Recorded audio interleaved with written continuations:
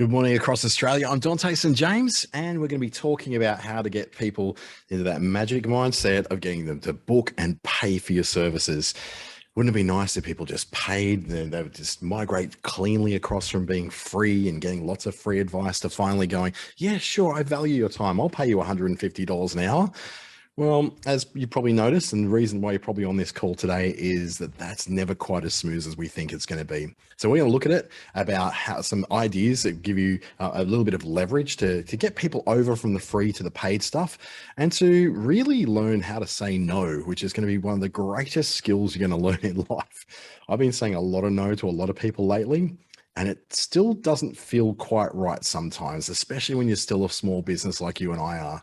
So how do we work that? How do we make it happen? Let's see what it works like.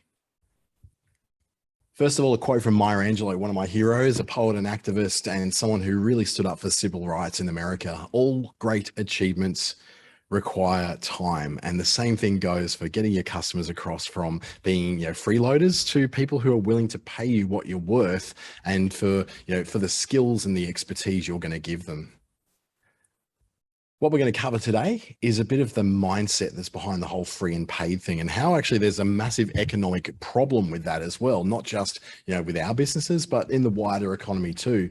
How we go about migrating your free work into paid work, and then looking at some of the strategies for getting clients to finally value your time. And once you've got that sort of that momentum moving, then how to systemize it, how to make sure that people are able to pay for you up front so you're not constantly chasing invoices all the time.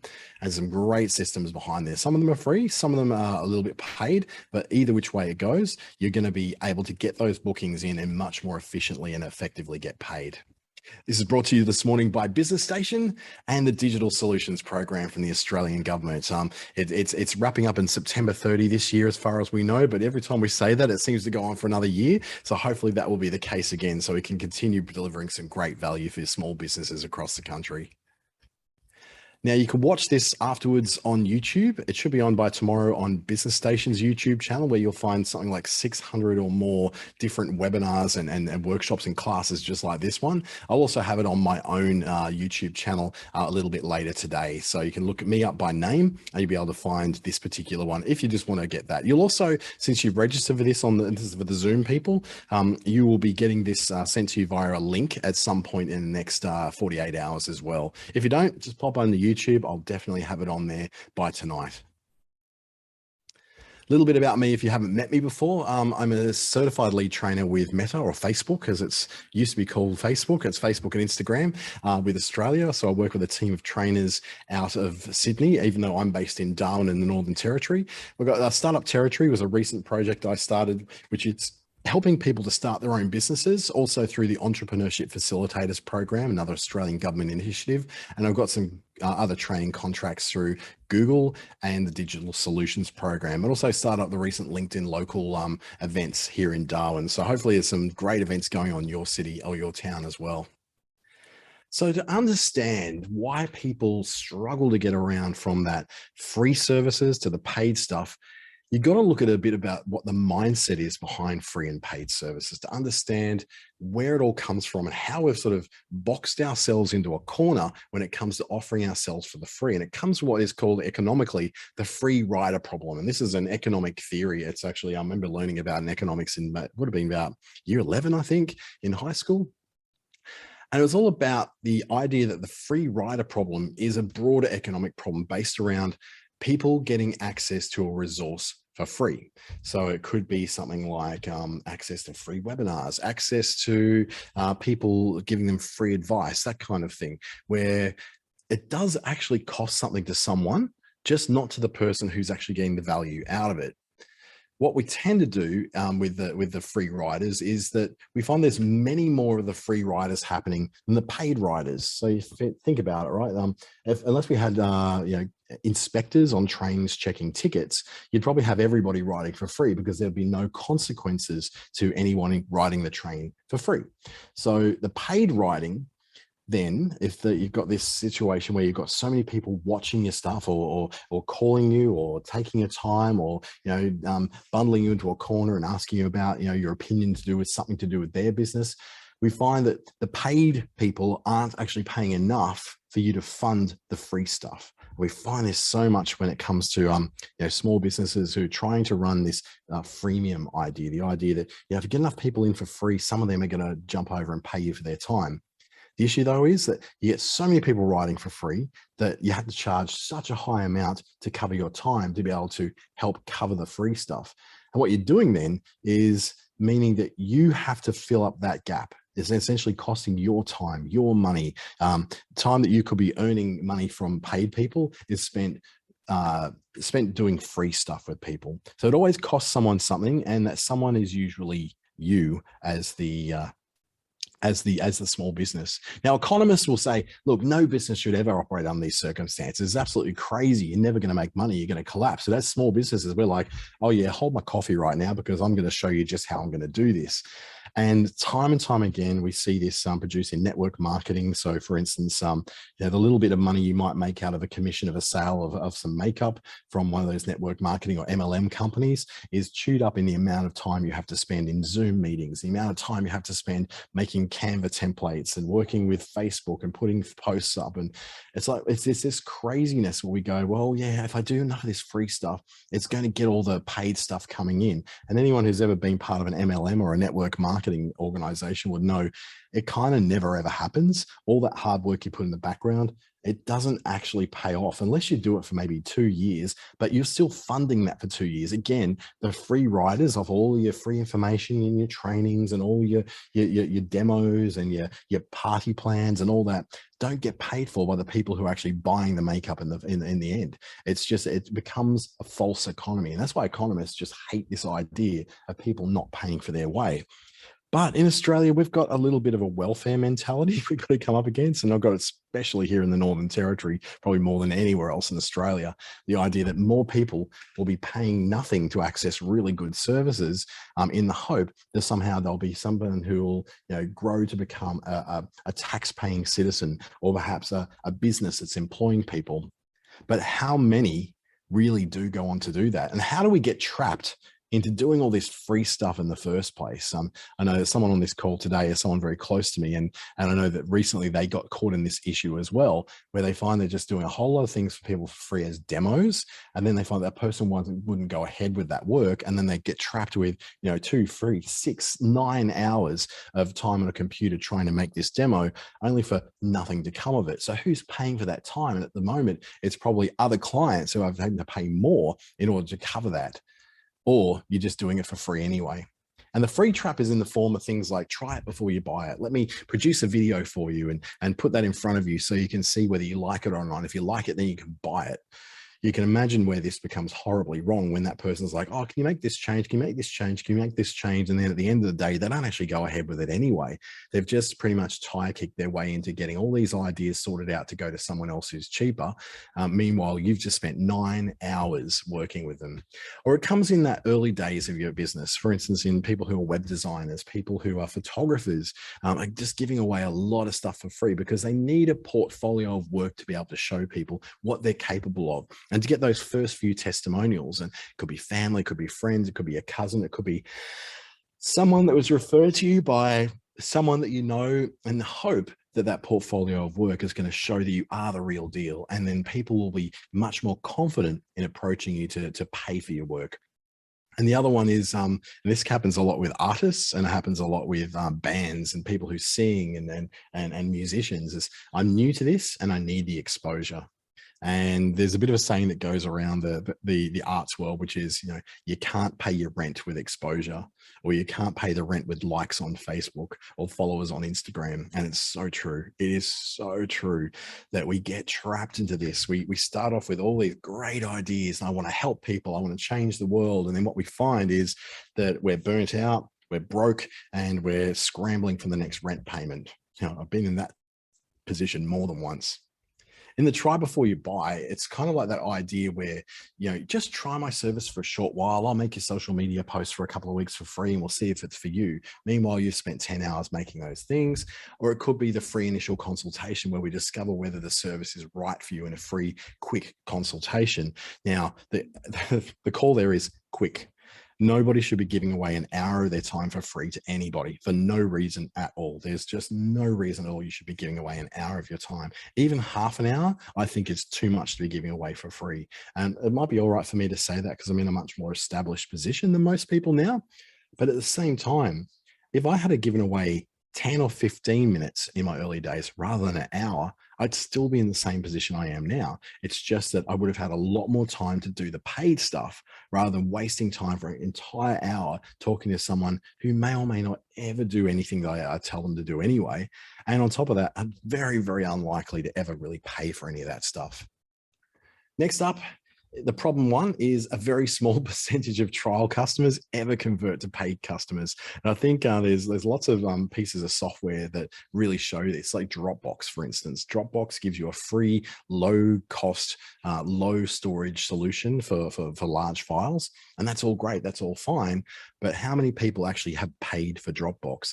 Same with YouTube. YouTube has a paid version of it called YouTube Premium. And I think out of everybody I know, I'm the only person who actually pays for it, not just because I want to get rid of the ads, but also because it gives me YouTube music. It's like Spotify, but through YouTube. Now, how many people actually pay for YouTube or Spotify for that matter? Not many people do at all. A very small percentage of your customers who come in for free are ever going to pay for it because they just don't value it as something which is worth paying for. And the other thing too is that in the consultation world, so for instance, if you're giving away your expertise and time in exchange for money, quite often, if you give someone an hour of your time for free as a first free consult, you may have solved their problem for them and they never come back again. So instead of giving them some general information about what you do and how you do it and why you do it, you're essentially solving the problem in the first call.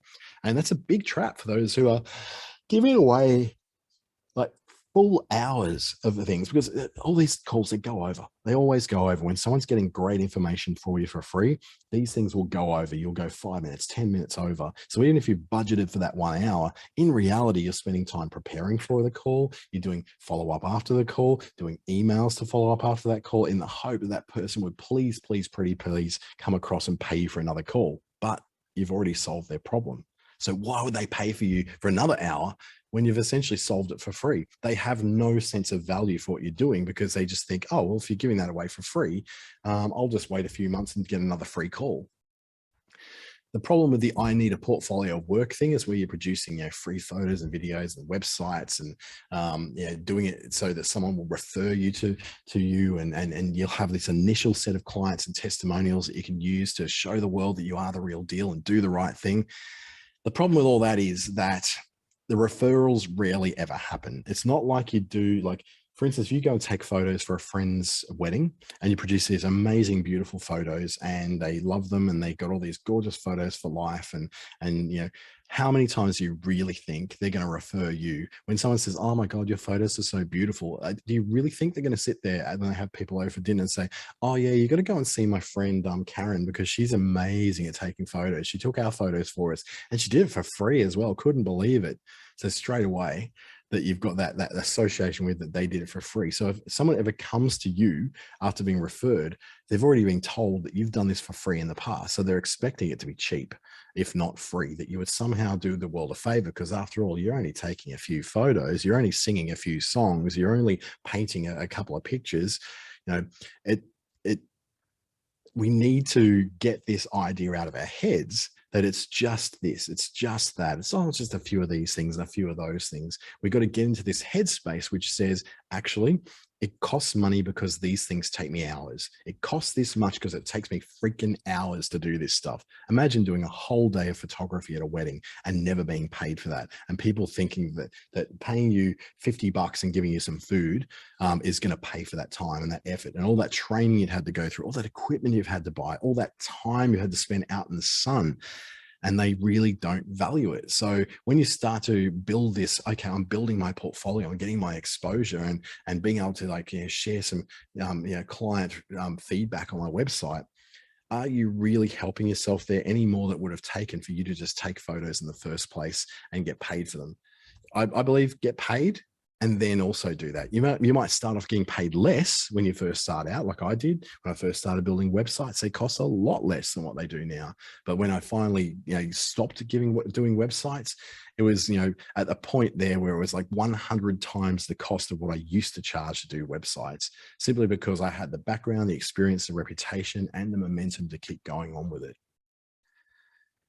And there's the I'm new, I need the exposure, and I'm going to play for free at an event. So I'm going to play, the big star plays first, and they're getting paid $50,000 to be there. And I'm just going to be the backup player, the support act. And we're getting paid nothing because we want the exposure of playing support for the big act. What a crock. If venues are not paying you for your time, then they can get someone else. You don't deserve to be paid nothing for your time, your talent, and your abilities. It's like speaking at conferences for free as well. I've been guilty of doing this one myself, where I've just gone, yeah, sure, I'll just speak at your conference for free. I know you're paying the people who are coming from interstate. I know you're paying the people who are coming, from overseas, but I'm the local guy. Yeah, sure. It'd be nice to be associated with that. These days, I only speak for free at a conference if it is full of the kind of people who I'm likely to make customers of. If I'm not going to make clients of them, if I'm not going to get them, converting to people who will follow me on various social media, and then perhaps then I can entice them to pay for my services, then I'm not speaking for free at your conference. I think it's just now a point where conference organizers, event organizers, pubs, clubs, hospitality venues, we all went through COVID. It wasn't just you guys that went through COVID, it was all of us. So we've now got to learn to pay our way through these things. If you can't afford to pay a band to play at your pub, then you don't deserve to have live music at your pub. If you can't afford to pay someone to take your photos at your wedding, then you do not deserve to have anyone taking photos at the wedding. Choose either downsize and get your sister to take photos on her iPhone, or pay what people are worth and what they are to get what they do at a price that they are asking for. Yeah, it's all very well saying all this because I know you're probably new, and you're thinking, how do I have the audacity to ask to get paid for something which people are used to getting for free? So you see the problem if you don't do that. Because say you're the band, for instance, you played the support act to Justin Bieber or something like that. No one's ever going to remember the support act of a conference. I remember going to a particular concert in the late 1980s. You'll laugh here. It was for New Kids on the Block. I was really into boy bands when I was young. No one saw that coming, what I'd turn into when I got older. So they just realized that I don't remember who played the support at that concert. And there was actually 2 supporting acts at that concert. I don't remember who they were. No idea. It was completely wasted on me, and hopefully they got paid for it because, that was a big concert with a whole lot of people there. And, I don't remember who they are, and I'm pretty good at remembering stuff like that. And the other problem too is if you're speaking at or painting for or taking photos of or doing a website for a whole bunch of people who are going to see it, who are never going to be your clients, or if it's just like, especially in conferences, if you're speaking at conferences, quite often what you're doing is speaking to your competitors. So what you're doing is essentially for free, getting up to preach to people who never will ever need what you do because they actually do what you do as well. So this is a bit of a paradox that occurs when you're speaking in front of people from your own industry for free. If you're going to speak in front of people who are in your industry, then you need to be paid for that. That just makes no sense for exposure. You might think it might give you a little bit of extra status in your industry or your community. Trust me, no one's going to remember that. They're just going to go and take all your ideas and apply that to their businesses as well. I got to say now, it's taken me a decade to work this stuff out. If I was told a decade ago to not do all this stuff, I probably would have laughed and done it anyway, because I was convinced that somehow I would be the exception and not the rule. But I was not the exception. I was the rule. And the same thing, it took me a long time to start making money. Now, it's not just you and your mindset. It's not just you and your inability to set a price for yourself, or your inability to put yourself in a position where you value your work enough to ensure that people will absolutely pay for you every time to do that stuff. It's also a little bit about what today's customer is like. They've been trained into a place where we're used to getting some stuff for free, and the internet kind of taught us that everything on the internet was free. You'd watch videos for free. You'd listen to music for free. Everything you get for free that used to be cost money in the real world, we thought that the internet would give us that for free. Now, the world's grown up slightly, and we know that it's a little bit different. That said, competition, like infinite competition that we've got on the internet now with so many different places all competing for your dollars. Now there's a price-based battle that's going on every single day. Facebook Marketplace, that cesspool of low value products at low prices, taught us that we should be able to get what we want for free or close to free whenever we want it from people who are local. How many times do you see, like I've done this before where I've gone, this piece of furniture, yeah, it's yours for free or for 20 bucks, but no delivery offered. You must come and pick it up. And the first question that people say is like, oh, can I get it for free, but you deliver it to me? You're like, no, of course not. In what kind of world does that happen? But there's an entitlement mentality, particularly on Facebook Marketplace, where people will ask you for a discount. They'll say, is that the lowest you can go? I'll offer you half the price. When you've said there's no negotiations, people just do it anyway because we're being taught that on Facebook, just make an offer. And if they reject it, that's fine. You can go elsewhere. You don't really want it anyway. Or you can at least get a closer price, because you and I may not have the confidence to say, no, I'm sticking to my price. They think you won't get a discount unless you ask for one. We've always been taught that. I even remember being taught that by my dad when I was young, saying, no matter what you buy, ask them what you get for free with that. And then you laugh when they say, oh, well, nothing, you just get the thing. And I said, yeah, I always get something for free. And then he would always seem to get stuff for free. I'm not from that school of thought. I like to pay people what they're worth for what they're selling and what the price is set, because I figure that it's fairly set so that people get paid what they need to get paid, and I get the product I need to get. So Facebook Marketplace has taught us to not hold value in other people's stuff. Amazon has taught us to always check for a cheaper price online before we buy at the shop. So many of my poor retail friends, I've got a friend who has a swimwear shop, another one has got a shoe shop. And the shoe shop, the amount of time she gets people who come in and try on shoes to get the size right so that they can then go online and order it for $30 less for the shoes is just depressing for her. She knows exactly what they're doing when they come in and go, oh, I want to try on, like lots of different shoes. And they walk out without paying for anything at all. She knows damn well what they're going to do is go straight to Amazon, go straight to eBay, go straight to ASOS or one of those online retailers and buy the same thing for less. Now, these days, it's a little bit harder to get things shipped because it might be like, okay, if you want it today, go to the shop. If you want it in 6 to 8 weeks or 3 months in some cases, well, then, maybe buy it online, because the logistics is all broken and COVID has kind of broken things down. Fuel prices have made delivery ultimately so expensive to do. But Amazon has taught us that you can always find a cheaper price online. So go and check for that cheaper price online. But maybe go and try on the clothes first at the shop that's physically in the shopping center. So it's a really hard thing if you're a retailer. If you're online retail, probably a bit easier. Kmart has taught us that anything you can buy at IKEA or any other store that's a giftware store or a homeware store, you can probably get it for $5 to $7 at Kmart. A friend of mine went to Kmart the other day and was shocked by just how much amazing stuff is there for such cheap prices. We've got like 2 clothes rack for $17 each, and they're fantastic. They do the job. They do what they're doing, and they're $17 each. At what point did something which used to cost over $100 become $17? Well, I've got one word for you. It's called China. There's the ability for China to be able to mass produce things that we love at a very low cost and ship it to us for a very low amount of money. That means that we can get lots of cheap stuff at Kmart. Now, we're getting ready and prepared now for massive problems with supplies to places like Kmart, because Kmart gets just about everything they do from China, and most of that comes out of the port of Shanghai, which is held up with lockdowns and only just starting to move again. It can take a long time. We saw this during COVID, particularly last year, when we saw very, very empty shelves across Australia in supermarkets and discount variety stores, and there was a real big problem with getting things through because the ability to get those things through wasn't there. And then Uber Eats has actually shown us then that all the expectations we had of pricing, so it says that we always go for the lowest price or the thing we can get for free, is actually turned on its head when it comes to convenience. There's nothing less logical than someone who lives 50 meters away from a Chinese restaurant using Uber Eats to order from that Chinese restaurant, to have someone bring that literally 50 meters down the road to their house or their apartment. But I've done that.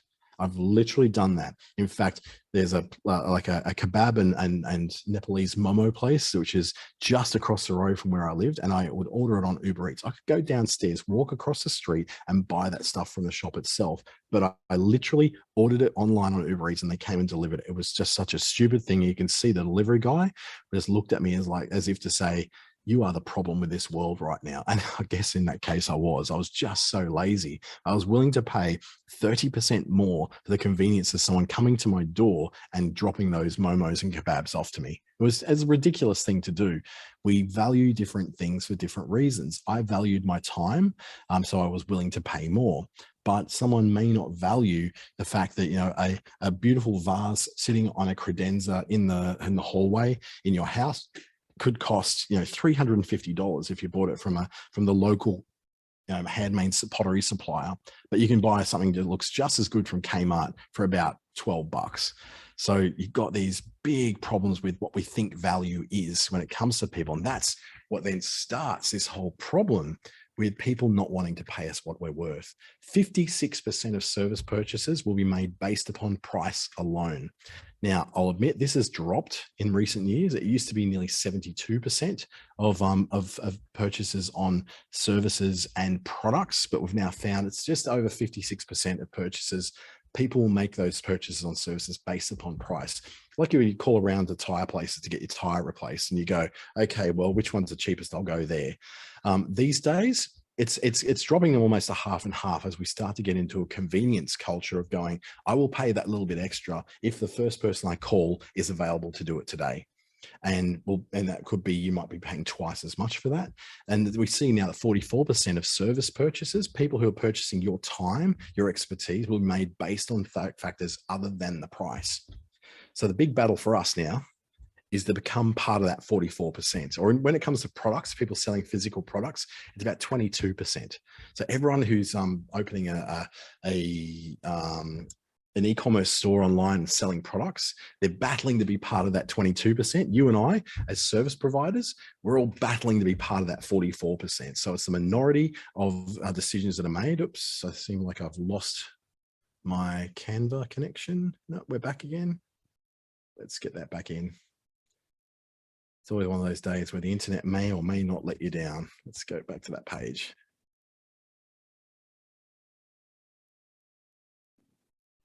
By the way, now you know what I do all my lovely presentations on in Canva. Nearly there. Kmart, Uber Eats, and now we're in. So we all want to do that 44%. How do we move into that 44% when people are used to getting a lot of what we do for free? Okay. Until someone really needs what you do, they're not going to value it. So not sitting there literally thinking about all the things you do, whether you're an NLP coach or whether you're a life coach or whether you're an accountant, someone who makes videos, someone who makes websites, someone who makes anything that you make and do, whether it's time and all that. How do they know that they have any value for what you're doing until they need it? And this is where the theory of the sales funnel comes into place, where what you do, you put your stuff out there to the world to see, and maybe 1,000 people see it, but less than 100 people are actually interested in it, and there's probably only 10 who will go on to buy it, if that. Might be one. What we're doing is putting it out there to let people know it's there, to get into their heads, so that one day when they need that thing, they'll remember, I remember seeing that. Leslie sells that, Sharon sells that, Deborah sells that, Kirsty sells that, all these people. Okay, yeah, I'm going to go to her and I'm going to get it through her. But unless they actually desire what you do, they don't see a value in it. And so therefore, before they do want to value it, they want to get that information for free. Even if they have an interest in it, it's not until they desire it that they see value in it. The problem is, though, if we're giving away all that stuff for free because things are cheap and people are expensive and customers don't see the difference between that, they do not value your time.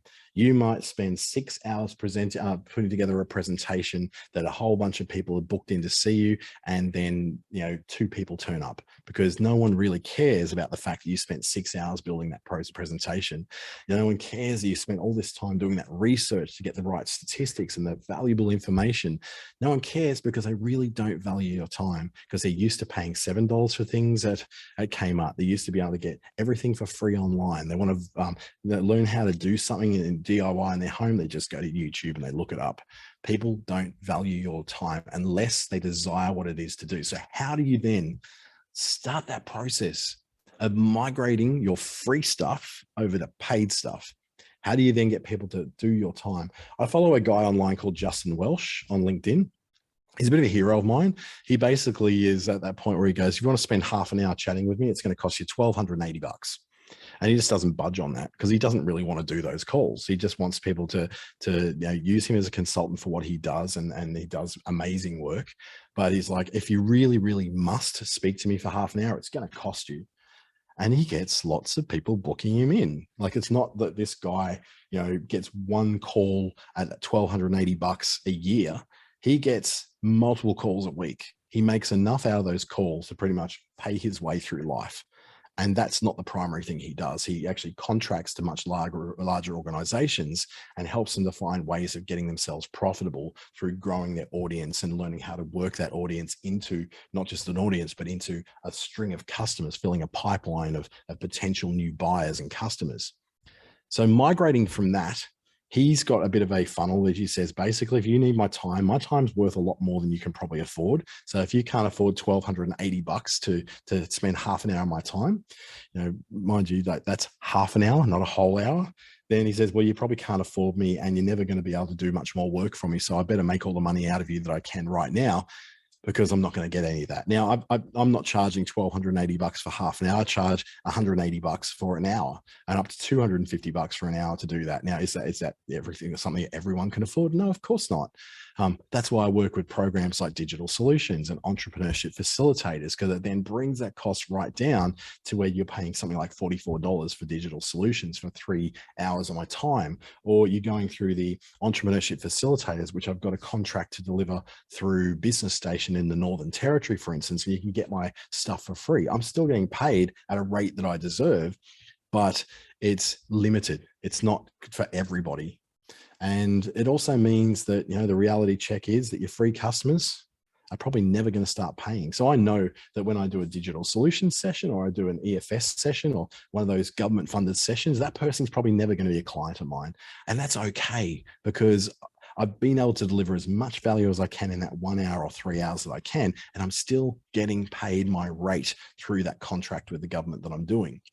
So those free customers will never convert to paid customers. That's fine. But for those who live outside of Queensland, Western Australia, and Northern Territory, I charge my full rate because they don't have the option of getting access to me through the subsidized programs.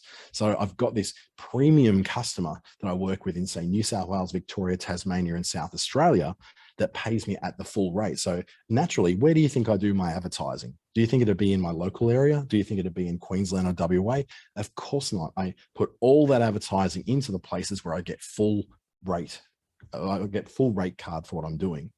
When people are used to getting things for free or a discount, they will never convert to paid customers. So if you remember things like Living Social, Scoop-On, Groupon, all those things where you go to a restaurant, they give you like a seafood platter for two for $25, and it'd be amazing. You'd have this amazing meal for $25, and you can't believe you're so lucky to get it. And the idea was they get you in cheap, and then you'll come back and pay for the full seafood platter next time at $129 each. Never happened. That's why those things are very rarely ever used. Scoop-On, Groupon, and Living Social are pretty much unknown anymore because businesses got wind of it. They realized that people are just using the vouchers to get the cheap and the freebies, and then they never come back and pay full price ever. So we were living it up as consumers. They were having to pay that. Now, even if the customers do become paid customers after being free or discounted, they're never going to want to pay your full rate because they don't see the value in it. They don't see any value in it, really. If they're getting it for free, they just seem to think that that's what they deserve because they're part of a program. So why would I pay you for what I can get from someone else for free? And they will look for that free option all the time. Retailers do it all the time. People who take samples in supermarkets to try the latest, Cabanossi, they're never going to buy that product at full rate. They're only going to try it as a sample because they're getting it for free. There's a very strong delineation between people who will pay and people who will not pay. And you start to, as you get more established in your business, see who those people are. Everyone wants your time. Everyone wants your expertise, but very few want to pay for it. So at some point, You draw a line in the sand. You go, okay, today is the day. And I did this about a month ago. I drew a line in the sand and said, I am no longer building websites. That's it. No longer doing it because it's a hassle to do. No one wants to pay what it actually costs me to do it, and the amount of training I've had to do and the amount of resources I have to put in. No one actually wants to pay that because you can get it cheap on Wix or you can get it cheap on Squarespace. And my attitude would normally be, well, go and get it off Wix and Squarespace. See how long it takes you to do that. Fine, go and do it. That's completely okay by me. But what I had to do in the end was go, the 98% of people who are coming to me wanting a website built wanted it done for about $200. And I'm like, my websites start at 1,200. So you're nowhere near that. And then they go, oh, 1,200, geez, that's very expensive. And I'm like, it costs that much because of how long it takes me. And I have to be good with my hourly rate. I have to cover staff. I have to cover, subscriptions. I have to cover web hosting. I have to cover the lights and the air conditioning and all that being on at the same time. It gets expensive as a business owner. You need to cover all those costs. So drawing the line in the sand means that you've got all the things you did before people started paying for it and all the things you did after being paid for it. Now, having dropped doing websites at all means I'm not just doing it for the people who want it for cheap. I've also dropped it for the people who do want to pay my full rate because I just don't want to build them anymore. I'm just bored of them. I've been doing it since 1996. I'm sick of websites. So what's happened is I've had a massive revenue crash. Half of my revenue has crashed. So it's taught me that, okay, well, that's not great. I really don't want to lose half my revenue. But I really need to make room for the things I want to do, which is not building websites. It's doing training, coaching, developing social media strategies, helping people to do better in their social media, helping them with better digital marketing stuff. It's freed up that time. And a magical little thing has started to happen. As I've stopped doing that and I've had more time to concentrate on promoting the other things I do, suddenly I'm getting calls saying, hey, do you do workshops in personal branding? Hey, do you do workshops? And I go, yes, I do. Yes, I do. Yes, I do. And I can tell you now, workshops cost me way less to produce than what websites do. A workshop, I probably got the material already prepared. I just rock up. I talk to people for 2 hours, have a bit of fun, and we have a few laughs. We drink some coffee, eat some food. They learn some new skills. I walk away and I get paid the same amount for that as what I get paid for a website to be built. You have it before you get paid time and then after you get paid time, but it's not a clean line. It's not like you get up to that line between the two and it magically just morphs into it. It's taken me nearly March, April, May, June. It's like about 3 months really to start that to really see any result that's positive. So I've had to go half of my revenue for the last 3 months, but now it's starting to show.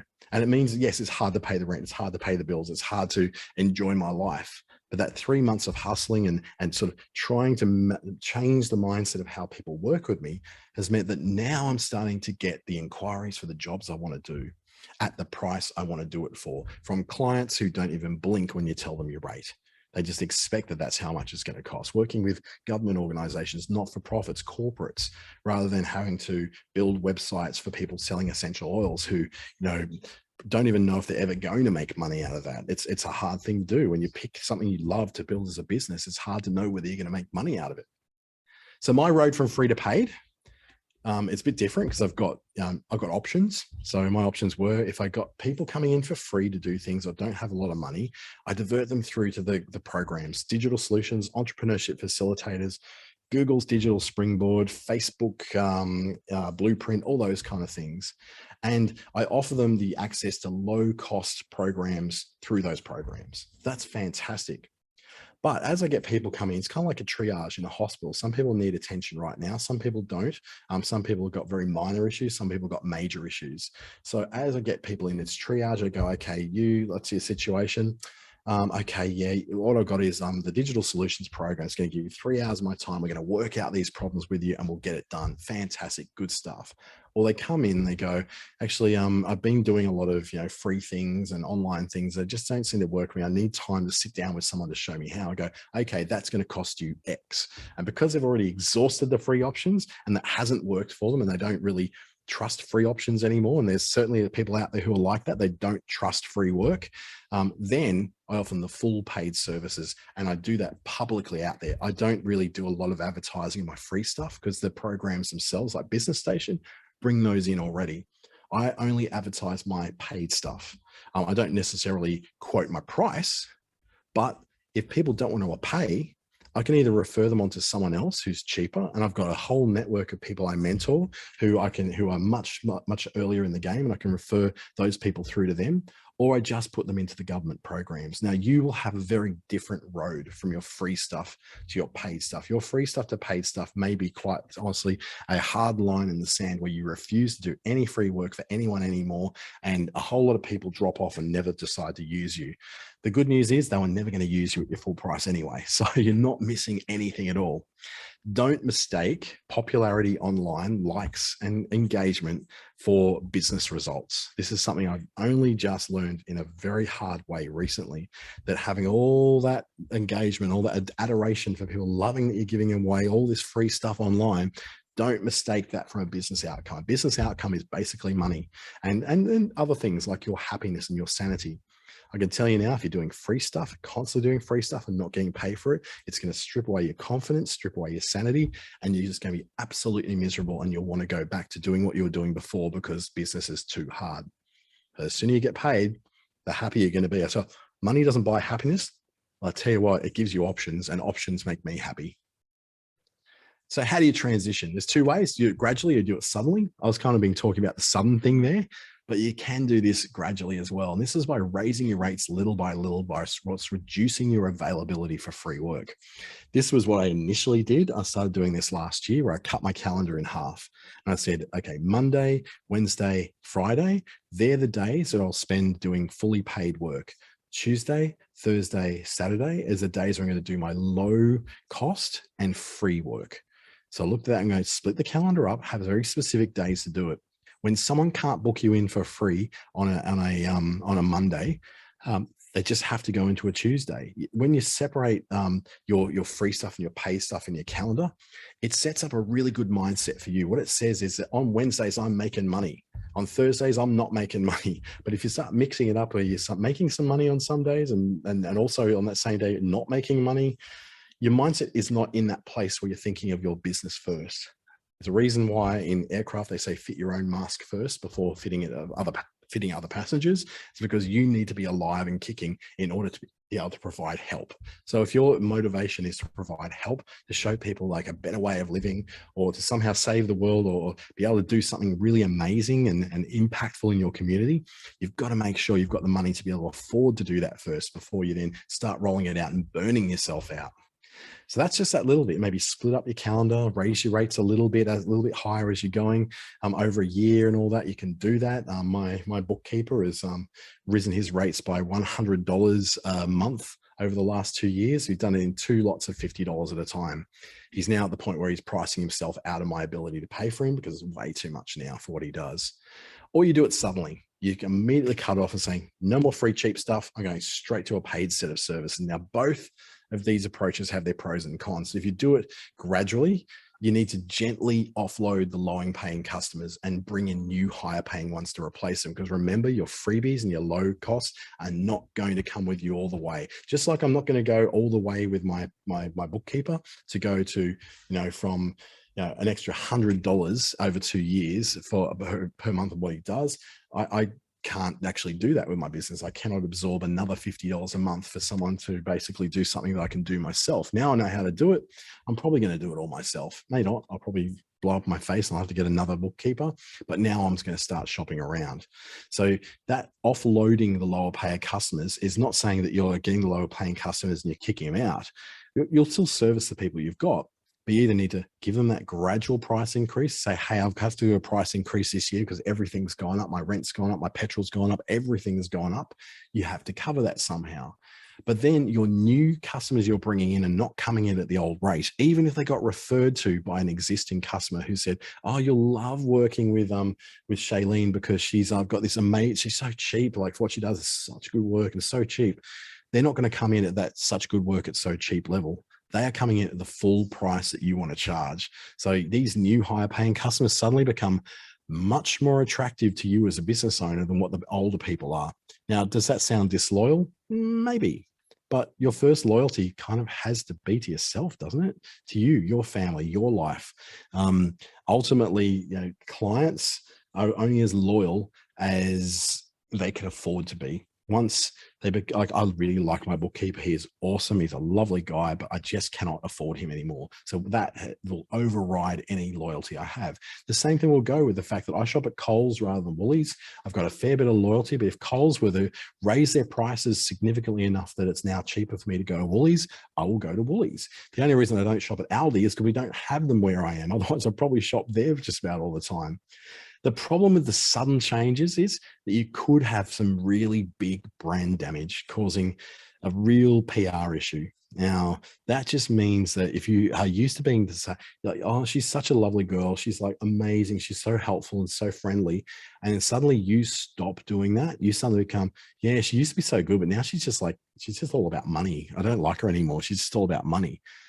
We're all about money when it comes to business. That's what business is about money. So to suddenly do that change, you've got to be willing to undergo some big brand damage. Now, I had to do a little bit when I basically had to cut off all my freeloaders with web hosting. I had to cut off nearly 400 people who had been given free web hosting 5 years ago. These people are costing me $52 a month. Now, it doesn't sound like a lot, but you add that up over a year, they're costing me money. So I had to cut them off. Now, do they like me for cutting them off? Absolutely not. They ranted and raged and screamed and said, you didn't tell us 5 years ago that you did this. And I said, well, 5 years ago, we had a different government. 5 years ago, we didn't know about COVID either. Things change. The world changes. I can't carry you anymore. You have to pay your way.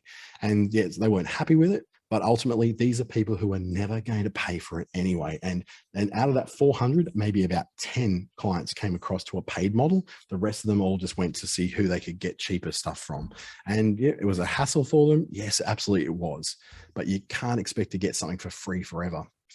And the ultimate thing is that if you're known as the cheap option, if you're known as the easy way to do it, as a free way of doing it, it's really difficult to suddenly rebrand as a higher priced option. In fact, what you may need to do is literally rebrand. You may need to change the name of your business to remove that. One of my earlier business names was Darwin Websites, and the idea was that if you're in Darwin, you get a cheap website and be up and going and all that. Now, when I stopped offering that, I had to then bring all of my work under one thing called Clickstarter, because that was my higher price, more premium brand. But I also decided it was time to produce a different logo. I needed to make sure that people didn't associate the old logo and the old company with the cheaper way of doing things. I had to bring it over to a higher level, a much more high-end looking logo that I actually paid someone to do. Didn't pay a lot, about $150, but still, it's a way better logo than the one I designed myself in Photoshop so many years ago. I got someone on Fiverr, it cost me $150, I think in Australian dollars at the time. And it was great. I'm really happy with it. It's carrying me well. It brought across a different kind of customer, and now it looks more high-end and attracts a more high-end customer. The prices I quote now are up to 50 times bigger than what they were when I first came to town with this set of products. But I had to rebrand to do it, because I couldn't have the cheap and easy and cheap and cheerful way of doing it as the primary way that people remembered me. We've seen this in the corporate world. This is a very famous example of it. Virgin Australia used to be Virgin Blue. And the whole thing about Virgin Blue was they were keeping the airfare. They were a low-cost airline at the time. There was no Jetstar around at that time. There was just Qantas and Virgin Blue. And Virgin Blue were absolutely killing it, because they came in with the low-cost budget carrier model. You had to pay extra for this and pay extra for that. But some people loved it, some people hated it. But we got very used to it. And then what happened is that Virgin decided to rebrand to Virgin Australia, and that was a higher end brand. The logo looks more modern, looks a little less cheap. It was put in a place where they were now had business class and different classes, and things were included, and food started to be included, and the planes were a little nicer to sit in than what the Virgin Blue ones were. And now you had a very different way of thinking, but they had to, in order to move into a different part of the market, they had to rebrand. They couldn't go as Virgin Blue, keeping the airfare, into a higher cost model. Now, they weren't as expensive as Qantas, but they were getting up towards that, because what happened now is that Qantas had Jetstar competing against Virgin Blue. So Virgin said, well, we need to move to in between those two. But they had to rebrand. They couldn't just suddenly say, well, the Virgin Blue planes will just charge more for you to sit in them for no reason other than, we're now competing with Qantas more than we are with Jetstar. No, they had to rebrand and do something new. They had airline lounges, all that kind of things. The Virgin transition happened over 10 years between transitioning and collapsing after their upmarket experiment failed. So when they failed a couple of years ago in 2020, and they got rebought and relaunched and all that, it had been 10 years in that transition between Virgin Blue to Virgin Australia with the upmarket thing, the lounges and all that sort of thing. When they crashed, they crashed. Now, what they are now is in a very different market position that still people can't quite work out. They're way, like you want to fly business class with Qantas, it's going to cost you $1,200 for a seat. Fly business class with Virgin, and it could be half of that. It could be like $599 for the same service, same direction, same kind of like layouts, nice food, nice seats, plenty of room to move, but half the price. They kind of made themselves Qantas light as opposed to Qantas's competitor. But that happened with a lot of public trust being eroded. The public's still not clear who they are and what they are. Mainly why I keep flying with Virgin, because I have so many frequent flyer points with them, and I've got platinum status with them. So it suits me to keep flying with them because I get so many benefits through that. But the market really doesn't know what they are. It's not 100% clear. So that move to get people to pay more for what they used to pay less took them 10 years to transition into, and it still didn't work. So how do you get customers to value your time enough to want to pay you in the first place? You spend all this time doing what you're doing, learning what you've learned, certifying yourself, all that stuff. Well, the first step is saying no. This is terrifying, I know. The idea of saying no to money when you're new in business or low in business is quite a scary thing to think about. Saying no means leaving money on the table. And we all want to be liked. We all want at least some stuff to go in there. And by saying no, it will affect your cash flow. I've gone through that and going through that right now myself, that by saying no, I'm leaving thousands and thousands of dollars on the table every month. And I'll tell you what, it does hurt. And I'm not going to lie to you.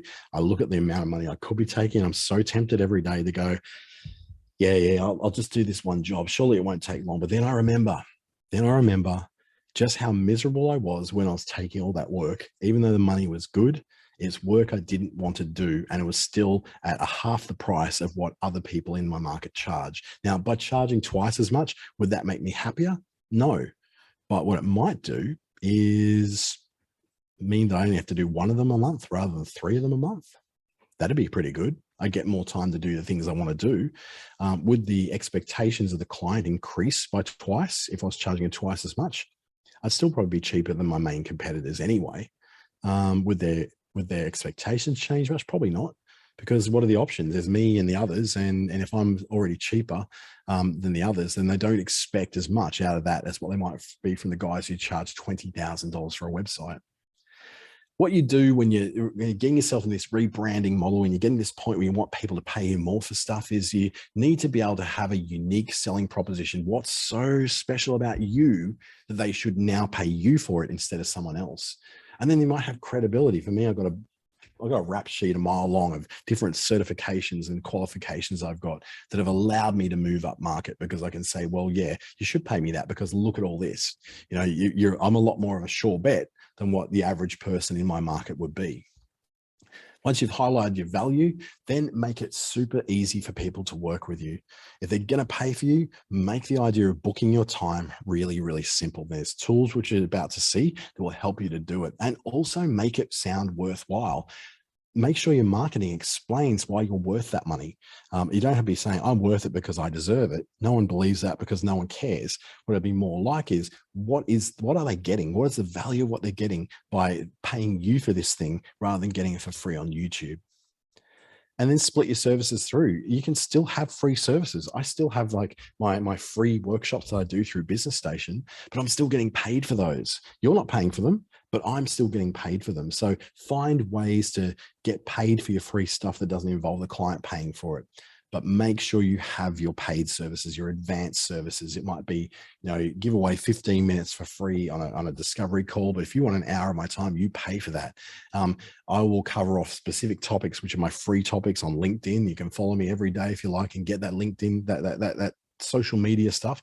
But if you want to talk about how to turn your website into a lead generating machine, you're going to pay me for an hour to sit down and work that out with your website. It's a very different set of products. And what I've been doing is essentially giving away a 15-minute discovery call. The only free thing you'll ever do with me, which is not paid for by Business Station, is my 15-minute free discovery call. And I invite you to do those. You can do those once, but I'm never going to do it again. So it's a one-off thing. And then I use the subsidized programs I work with to give you the free or subsidized out if you qualify. And then full service is at full fee. No ifs, no buts. If you can't afford that, I'm sorry, I just have to put you in a different program. I can't serve everybody because honestly, I only have 24 hours in a day. And out of that 24 hours, really only 12 of them are available for work. And even then, 12 of them shouldn't be available for work. Should be more like 8 should be available. Now, the systems to get you there are going to be things that are going to help you to book. Calendly is probably the most famous of them.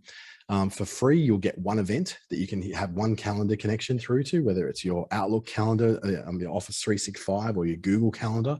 It will tee up in there and we'll actually see when you're available and allow people to then make that booking. Now, if you want them to pay up front for that, you're going to have to pay about $10 a month US to be able to receive payments through Stripe or PayPal. I do that. If someone wants to book me for that hour, they pay for that hour. It's $150 an hour and they pay for it there and then. They book it and pay for it at the time. I don't have time to be creating invoices and chasing people for payment. I have them pay upfront, just like you will with any service, really.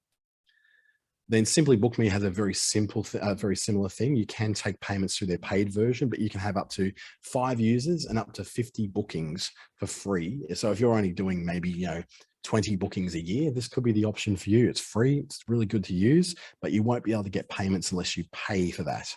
Square is pretty much the same. If you're, they've got like a basic customer relationship management list, they scheduling to one of your calendars. It only works with Google Calendar at the moment, allows you to have payments for free, but the payments that they make will attract a 1.9% credit card charge. So this is one probably the easiest ones because there's no membership cost involved. It's just a card processing fee that goes through Square that allows you to take those bookings through Square Bookings.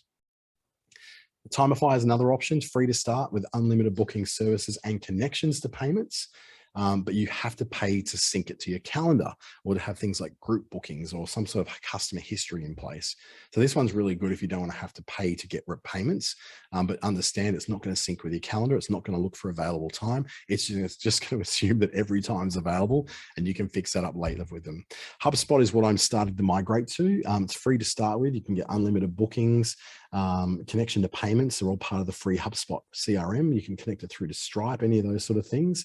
The only thing is that that there are paid extras, which is removing HubSpot branding for your appointments. Actually, the connection to payments is not included with HubSpot. So I can only take free things that I invoice for later through HubSpot. So it all just, it only connects to Google Calendar at this stage, not Outlook Calendar. So you're gonna, it's gonna be limited for you. I'm migrating to it because I don't have that many full fee paying ones now. So I can then go and start to invoice people for those. At the moment, I've got a bit of a mishmash. I've got Microsoft Bookings, NovaCall, Calendly, Google Calendar, HubSpot, all sort of mishmashing into the same Google calendars to handle my calls and handle my bookings. So sometimes they get a little bit messed up. So at some point I'll be doing one thing and one thing only for booking my time. And that will probably be through Calendly because I can actually hook Calendly into HubSpot, which is my customer relationship management system. And then everything can work through my Google and my Outlook calendars as well. So it's some of those things are free. Some of them are paid. What they all do is make it a lot easier for people to be able to work with you.